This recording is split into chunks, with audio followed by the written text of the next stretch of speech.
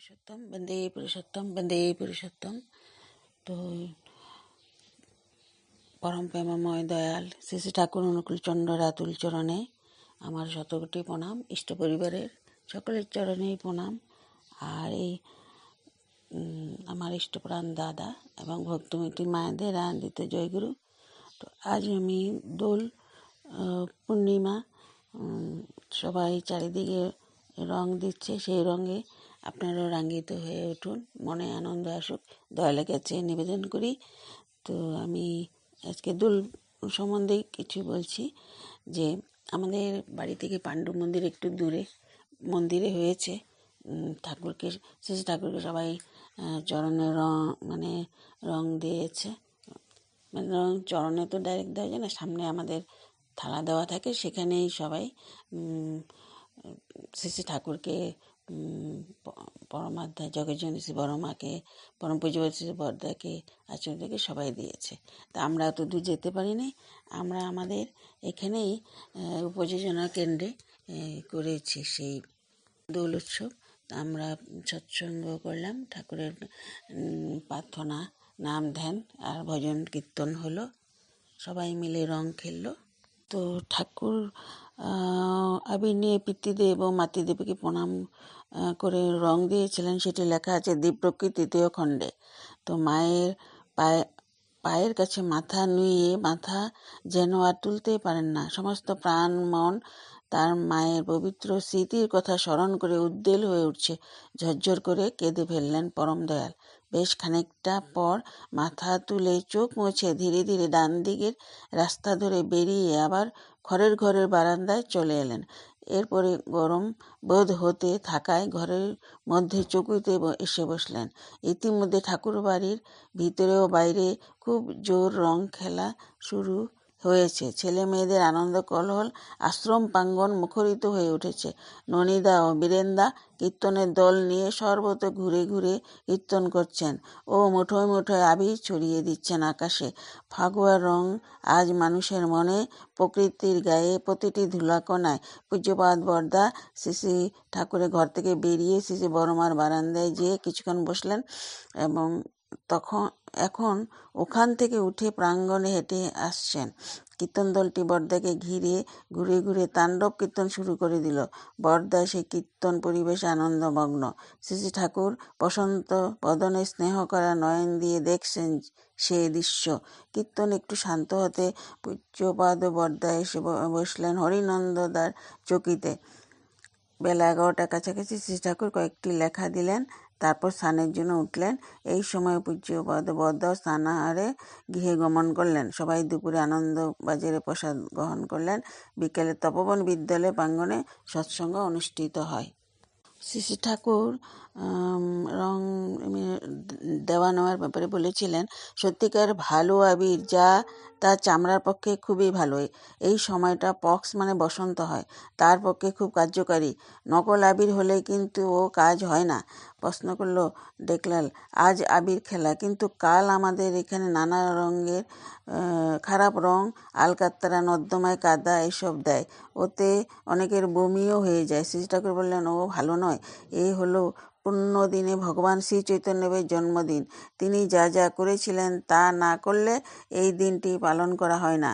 ওই আবির মাখা ভালো, ওতে গায়ের চামড়া একদিনে অ্যান্টিসেপটিক জীবাণুমুক্ত হয়ে যায়। তো এখানে দীপপ্রকৃতি একটি বাণী আছে, দোললীলার কি সার্থকতা ভেবে বুঝিয়ে দেখেছ কি?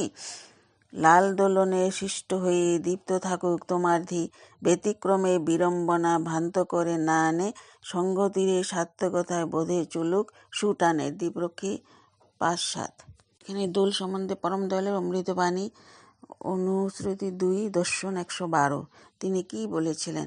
ভর দুনিয়ায় সৃষ্টি ধারা স্থির ও চরের মহামিলন, সৃষ্ট আধার সৃষ্টি করে, এই ক্রিয়ায় তো লীলা দোলন। বিপুল রাগে দোদুল দোলায় সব যা কিছু দোলায়মান, কল্পনা তার হৃদয় বিভা, স্মৃতির সুরে জীবন প্রাণ। দোলনে বিভায় কল্পনা যায়, সব ঘটে যার বিচরণ, ঘটের দোলায় মত্ত লীলায় করে আধার সঞ্চরণ।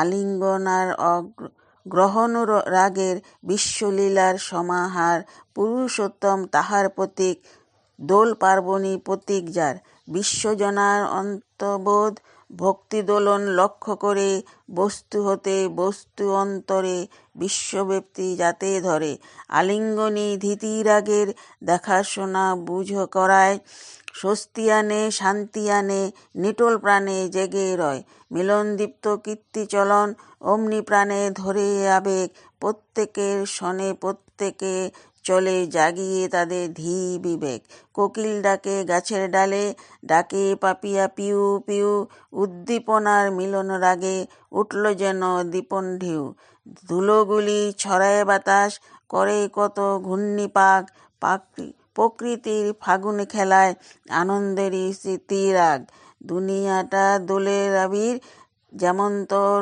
উঠছে ওই ফাগুন মাসে দোলের ফাগ, নাচছে তেমন তা থই থই, দোলার তালে উছল হয়ে ওড়না দোলে কেমন রূপ, আবির ওড়নায় অস্তিত্বটা সাজলো কেমন হোলির ভূপ, বসন্তেরই আবাহনে ওই পরে শান্তি সারি, দুলে দুলে উচ্ছলতায় ঘুরছে কত সারি সারি, নিষ্ঠাদুতির দোতন আলো ঢুকলো রে সব অন্তরে, আনন্দেরই রসালীলা ঢুকলো হৃদয় কন্দরে, সাধন ক্রিয়া স্তিয়া নাচনে উচ্ছ্বসিত ফোয়ারা রসে, ইষ্টযোগের নিষ্ঠা নিয়ে পান করে সব হও না ঢের, রসের ঈশ্বর যেজন তোমার তিনি মুক্ত হন রসে, নাচের তালে অমৃত বয় বস্তু আসে জীবন বসে, দ্বীপগুলি ওই সারি সারি জ্বলছে কেমন হেলে দুলে, মিলন রসে মাতাল হয়ে ক্রমান্বয়ে উঠছে ফুলে, জীবনদ্বীপের দীপন জ্যোতি প্রীতি ভাগে নেচে উঠুক, বাঁচা বাড়ায় দীপ্ত হয়ে কীর্তি চর্যায় বেদম ছুটুক। এই অনুশ্রুতি 2 দর্শন 112। আমরা পূর্ণ দোলোৎসবে অপূর্ব মুহূর্ত 3/3/2026 সৎসঙ্গ দেওঘরে দেখলাম।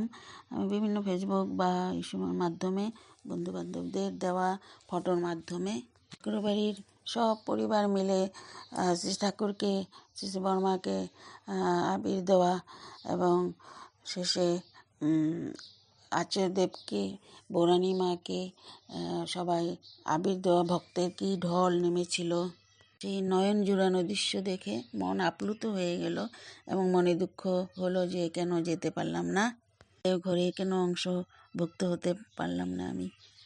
যে দাদারা লাইভ করে পাঠিয়েছিলেন ওদেরকে অনেক ধন্যবাদ, দেওঘরে সেই দৃশ্যগুলো আমরা দেখতে পেয়েছি। তো আমরা আবির খেলেছি সেটাও তোমাদের সাথে শেয়ার করলাম। আর দেওঘর থেকে আমার গুরু ভাই বোনরা বা আমি ফেসবুকের মাধ্যমে ওনাদের যে দেওঘরের সেই আনন্দের ছবিগুলো পেয়েছি আপনাদের সাথে শেয়ার করলাম, দেখবেন। তো জয়গুরু, সবাই আনন্দে থাকুন এবং ভালোভাবে রং খেলুন, বিপদ না হয় চোখ এড়িয়ে চলুন। এখানে রাখছি।